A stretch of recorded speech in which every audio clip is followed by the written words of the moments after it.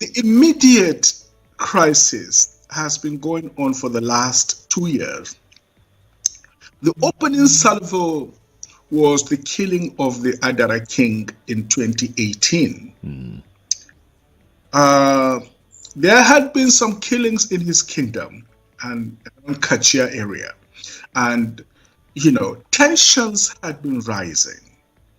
So the governor, he sought audience with the governor of Kaduna State, Malam Nasir El-Rufai. Right. He went there to see him. They had a good meeting, presumably. And on his way back, together with his wife and driver, they were waylaid on the highway where they were all abducted. The driver was allowed to go. The bandits raped his wife. Oh my. The wife's Majesty the King, they raped her in front of him before setting her off. And after collecting a ransom of about 10 million on the promise that they were going to release him, right, he was brutally assassinated. It did not stop there. When the elders of Adara land demonstrated, the police came, rounded them up, and put them in prison for about a year with no real charges or trials against them. They were eventually released. Meanwhile, attacks were incessant. They were continuous. It was a case of continuous pounding of an unarmed and defenseless people. And it has continued. It has spread from Adara land to other villages and homesteads, Manchok, Kagoro, very recently, Kurmin Masara, Takwai Isa, Ataka Mawe, Fadang Atakar, Laduga, Zangon Katav, Magama, Zamando, the list goes on and on. The figures are not reliable, but it is clear that we are talking of a very serious and well calculated and well strategized, killings. What caused these killings, Dr. Obadiah? That amount to genocide. What could have caused this? What could have caused these particular killings that you've enumerated? What is the cause? Do you have an idea? Well, again, let me just also clear one fact that in the 80s and 90s, you asked me for the immediate causes, which the immediate, process of killings, which I explained, but it goes as far back as the 80s and 90s. You may have heard of the infamous Zangon Kataf killings. That's right. In which the settlers, Zango means a settlement. And in ancient times, the house of people who were itinerant traders used to pass through there. They would settle there and, water their camels and their donkeys, and then proceed on whatever journeys they were going to. And then eventually became a kind of more permanent settlement for the Hausa Fulani community. Hence it is called Zangon Kataf, in Kataf land. Then they began to demand control of the market and even demand to have their own chief. And of course, which was not acceptable to the people, and it eventually led to the infamous Kataf riots and killings, which were mutually violent, if I may put it that way. Okay. And I can tell you this because I heard directly from him himself. General Zamani Lekwot, very distinguished military officer, retired from the Nigerian army, former governor of Rivers State, and ambassador to Senegal. He, together with another very patriotic colonel, Colonel Yohanna Madeki, they went to the police to report what was going on and to seek for help. And you will not believe it. The police detained both of them. Oh my. Yes. Now, General Zamani Lekwot is a highly principled officer, very patriotic. As a young officer, he distinguished himself during the Nigerian Biafra War. And somehow he was not in the good books of General Ibrahim Babangida, because he used to tell him to his face what he felt was wrong with his policies. So they were waiting for an alibi, and they got it in the Zangon Katav riot.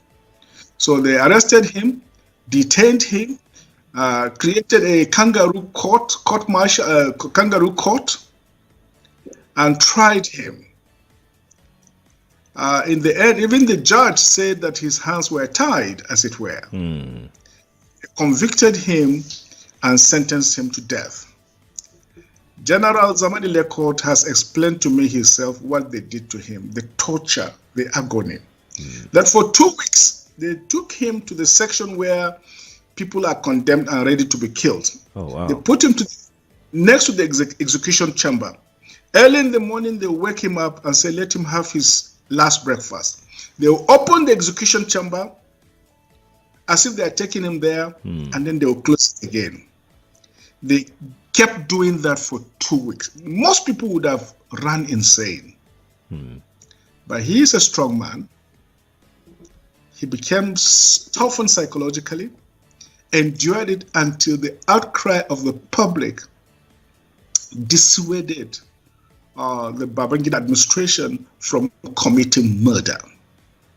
So, Zangon Katab, and in the 90s, they came to my local government, which is Sanga local government, during all this Sharia palaver. Okay.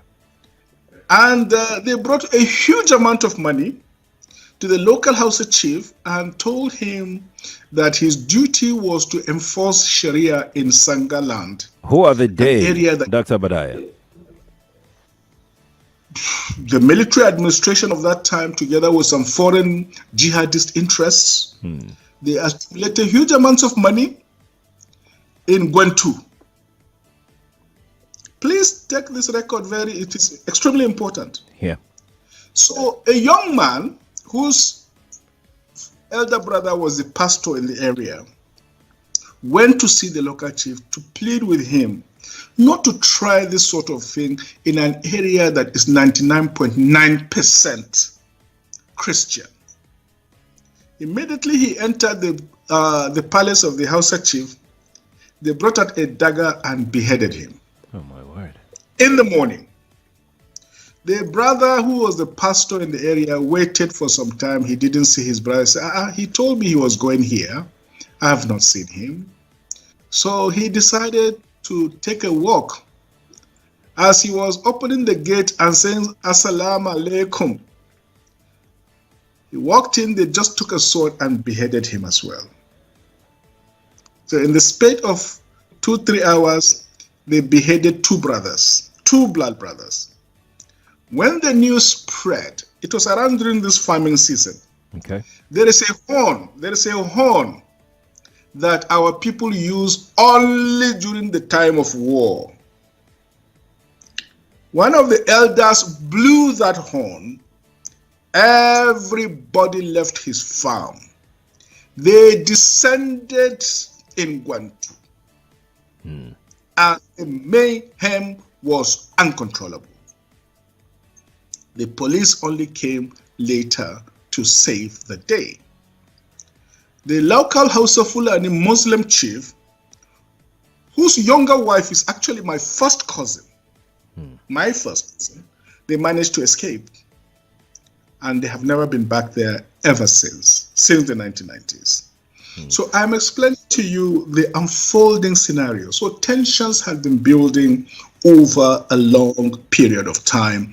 This is what has brought us to the current denouement, to the current tragedy of very terrible proportions.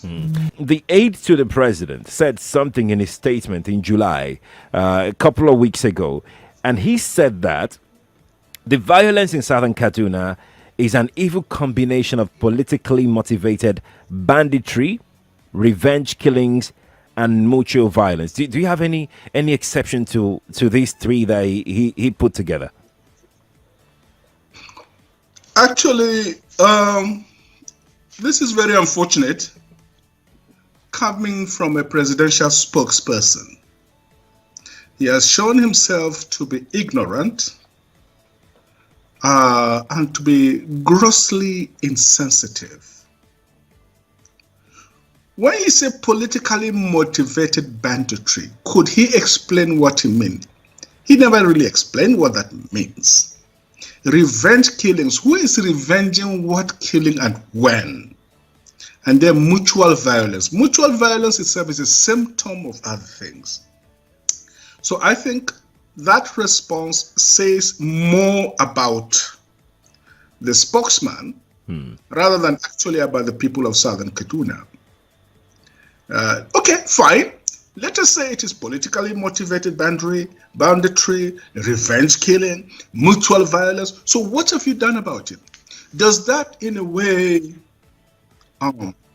explain it away? Does it justify it?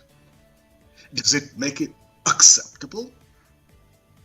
So after saying all of that, what next? What has the government do? See, don't forget, the governor of Kaduna State, in the person of Malam Nasir El-Rufai, Ahmed El-Rufai, actually some few years ago confessed openly that, the killings were politically motivated because of attacks during the 2015 elections, and that they had traveled to Mali, Chad, Niger to find out the ringleaders of those who had killed the people of Southern Kaduna and paid them money from our state treasury so as to appease them so that they will not come back and continue the killings. He did not disclose how much. He did not disclose who those people were. So if we knew who these people are and the reasons why they killed, why haven't we come out openly to identify who these people are? Let me tell you something. Yes, please. That people would not know. The northern establishment have a special, and I would say special, hatred reserved for three sets of people: Southern Kaduna, Plateau, and Benue.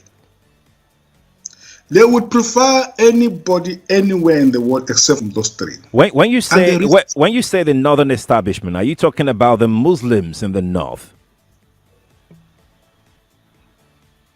I have tried to avoid the issue of Muslim Christian. It is not that. The northern power establishment know who they are. They are not necessarily even Muslims, because good Muslims wouldn't be doing what they are doing. They are just a set of murderers, fraudsters, and criminal gangsters that are occupying political offices. This is what they are. So what is their aim? What is the end game? What are they aiming to achieve? I think you allow me to talk. If you permit me to talk, I will talk. Okay, please go on. They have special hatred for Southern Kaduna people, a special hatred for Plateau people, and a special hatred for Benue people. And the reason is historical. These sets of people were never defeated during the Fulani jihad of the early 19th century. They are who they are because they were never conquered. So what the Fulanis were doing was to use the region for slave raids. They will come at night, they will come at dawn, come at noonday. They were areas for slaves. But our people staunchly resisted them, and they never had a headway. This is why they are who they are today. Then they were trading and all sorts of things. So if you ask me, really, the reasons for the current crisis, where it is leading us to today, is historical, slavery, the Fulani jihad, It is also sociological. Our cultures are totally different from theirs. Totally different from there. We are predominantly Christian. There are some enemies among us. They make up at least over 95% of the population of the area. Okay. Then there's the reality of global jihad. That is why I think it is an insult to our people who talk about farmer-herders clashes. Those who use that kind of language are accessories to genocide. Because it is nothing like farmer-herders clashes. Look, the Fulanis living in our community speak our local languages. There are intermarriages among them. Okay. So it is not, I mean, to talk of farmer-herders clashes an insult. What is happening is continuation of jihad. This time on a globalized scale.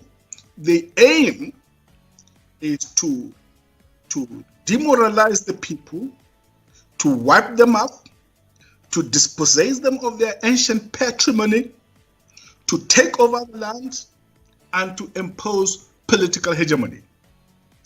Let me tell you, there's an area called Ladoga. Okay. That area is bigger than Abuja. For more than a decade now, they've driven the indigenes from that area. It's around Kachia area. They've taken over the area and they've turned it into a vast grazing reserve. Our people are not allowed near there. They have their own emir, they have their own chiefdom, out of nowhere, when in fact, Zazo Emirate starts from Jaji, because Kaduna belongs to the Baji people. Every historian knows this. It is not Fulani territory. That is why we have no emir of Kaduna, but we have a chief of Kaduna who's an indigene, and because he's an indigene, they have refused to give him first-class status. He's just a common chief somewhere unknown by people. So what is happening today is a jihad. It's a jihad. It's a struggle to take over our land, turn the whole of southern Kaduna into a vast grazing reserve reserved for Fulanis. This is the end. This is the game plan. That's the game plan. Dr. Melafia, let me come to you right now. Let's talk about today. There is a curfew in southern Kaduna. Killings are still ongoing. What are your thoughts as regards this, Dr. Melafia? It's very, very clear, sir. The strategy generally is that they declare a curfew. Then everybody stays at home.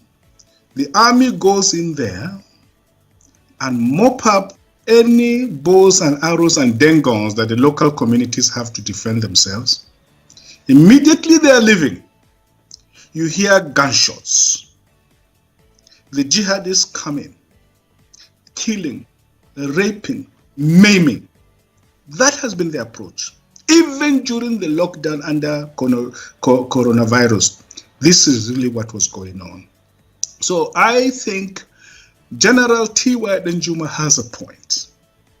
And I can tell you, the late General Luka Yusuf, of blessed memory, former chief of army staff, he had reason to call one of his successors,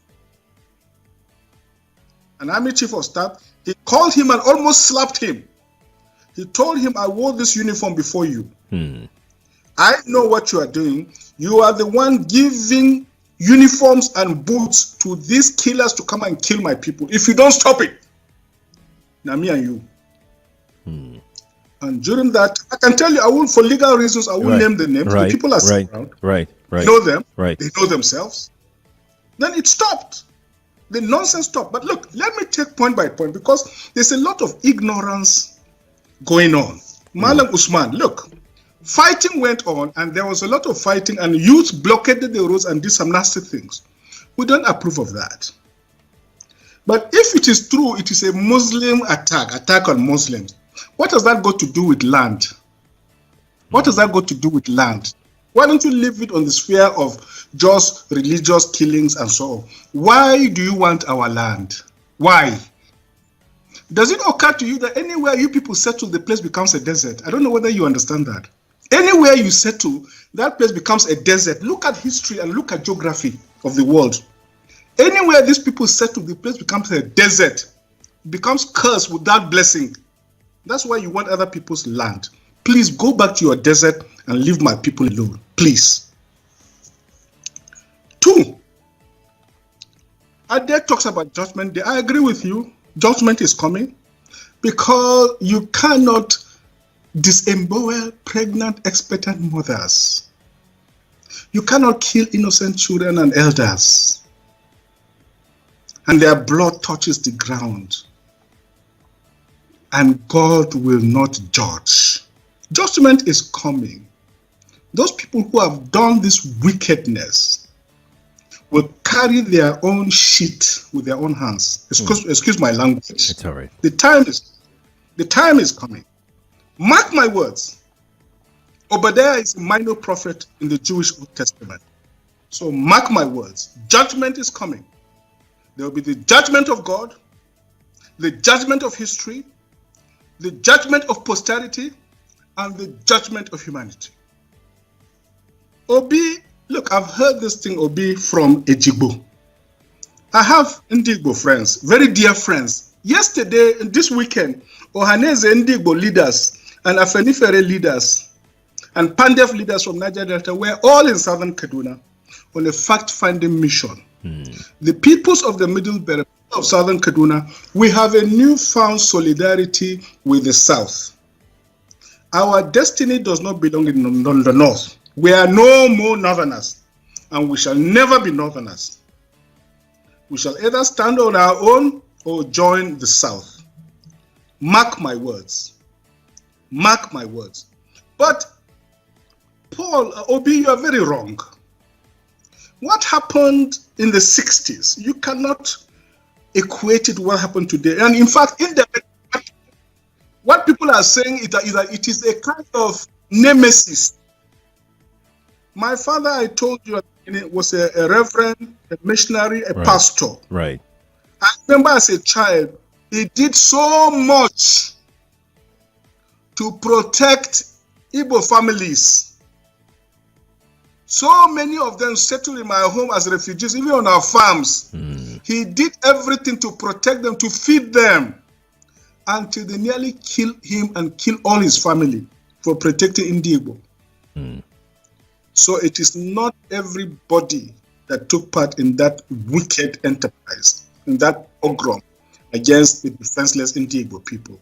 And I've always said it, this country will never be normal until we kneel down and ask for forgiveness from Igbo for the wicked sins we've committed against them.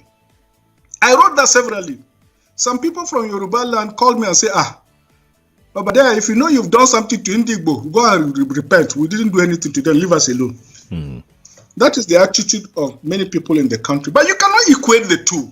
So because genocide took place in Turkey during the Ottoman Empire, because lynching took place in America, so we, the grand people that sent the slaves there, where if something happens to us, we're equally guilty, so it is okay. Obi, mark my words. When they finish with all, they will come to you. Don't think you are free. Wake up and smell the coffee. As for Mr. Paul, the role of the police, security, and stuff, look, we have reason to believe that the full apparatus of the military is behind the banditry and violence, because it is a global jihad. They are financing them, they are giving them uniforms, they are disarming our people and allowing them to come and kill and rape and maim. So Lieutenant General Theophilus Yakubu Denjuma is perfectly right. And let me make it very clear.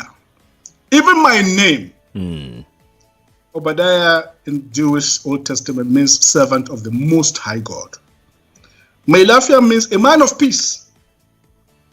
So I am by destiny a servant of God, servant of the people, and a man of peace. I abhor violence. If you could see my hands, I have never lifted my hands to commit violence, either in word or speech or action. I belong to the Martin Luther King school of thought. But let me make it very clear. Our Constitution protects the right to life. Right.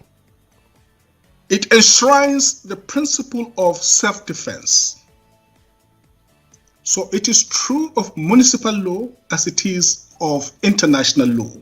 International law and the law of nations gives a people who face an existential threat to their very survival the right and, in fact, the bounden moral duty to defend themselves, to defend their communities, to defend their church, and to defend their families.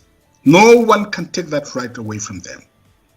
Universal global ethics also gives communities the right to defend themselves if the government, if the authorities are either unwilling or unable, or both unable and unwilling to come to the aid and protection of these people. Which is it for you, Dr. Obadiah? Do you think the government is unwilling or unable to protect the people of Southern Kaduna? In fact, it is not only unable, it is unwilling, and we have good reason to feel that they are part and parcel of the killers. Let me make some revelations to you. That's a very big allegation, Dr. Obadiah. The government is part and parcel of the killers. Yes. That's big. Yes. Yeah. Okay. How would the government just say, oh, it is revenge killing and so on? Then you leave it there. Oh, because it is revenge killing and so on and so forth. The body language of this administration, the body language of the state government shows clearly that they have a hand in the killings. No doubt about it. Because, you see, General Abacha, and people don't give him his due. Do you think you would have tolerated such nonsense? General Abacha famously said that if an insurgency lasts for more than 2 days, the government knows. That is the real and the truth. And let me make some revelations, because some of us also have our own intelligence networks. Okay. Have met with some of the bandits. We have met with some of their high commanders. 1 or 2 who have repented. They have sat down with us, not once, not twice. They told us that one of the northern governors is the commander of Boko Haram in Nigeria. Boko Haram and the bandits are one and the same thing. They have a sophisticated network. During this lockdown, their planes were moving up and down as though there was no lockdown. Moving ammunitions, moving logistics, moving money, and distributing them in different parts of the country. They're already in the south, in the rainforest of the south. They're everywhere. They told us that when they finish these rural killings, they will move to phase 2. The phase 2 is they will go into the urban cities, going from house to house, killing prominent people. I can tell you, this is the game plan. By 2022, they want to start a civil war in Nigeria. Don't joke with what I'm saying. I have a PhD from Oxford University. I'm a central banker. We don't talk nonsense. So don't joke with what I'm telling you. I have this from the highest possible authority, higher authorities of some of the commanders of the killers and Boko Haram. You said northern governors, past or present, Dr. Badaya? No, current. No, they said one of them is the commander of Boko Haram in Nigeria. One of them. And they are not looking for money. They have more than enough money. In fact, he told me they just came back from one of the Middle East countries in private jet, full of ammunition and dollars. Did they tell you, Dr. Badaya, why they would want to cause civil war in 2022? Yes, so that they can continue in power. I'm not making this up. I am not joking about this. I love Nigeria. I don't like the shedding of innocent blood. How can we find? I don't want civil war in our country. How can we find a lasting solution to this? How can we stop this from happening? I mean, let's just say hypothetically what you're saying. How can we bring an end to this? How can we bring peace to Southern Kaduna, Dr. Badaya? Well, the killers should leave our land, and all the lands they've taken over, they should peacefully withdraw, leave our land for us, because this is not our land. You know, Sheikh Husani, the former senator from my state, he said recently that, look, when you look at Kagoro people, I am Ninzam from Sanga local government. If you look like a Ninzam man, you look at an Atiaf man, you look at a Kataf man, you look at a Jaba man, he cannot go to Kanu. And this is our friend who calls himself Usman. You say you are from Katsina. Right. None of our people can go to Katsina and start fighting over land with you. They cannot go there and start fighting over land with you. Why are you coming to fight with over land with us? We have nowhere else to go. This is our ancestral land. Our people are farmers. They are very poor. The government has neglected them. The government has marginalized them. During the last elections, do you know what they did? They did not register most of our people. And when they did, even during the voting, they will bring the voting machines around 2 a.m., 3 a.m. Right. When people are tired this morning, lining up, they'll say there's insecurity, they'll pack and go. They systematically disenfranchised our people. We have been excluded from this government. Some of us are comfortable by the grace of God. Alhamdulillah, we're comfortable. I did not steal 1 naira of government money. I've never the state. I have a distinguished international record. Right. So I'm very proud of myself. I will never beg from anybody or from government. As a matter of fact, I despise them. Their money is cost.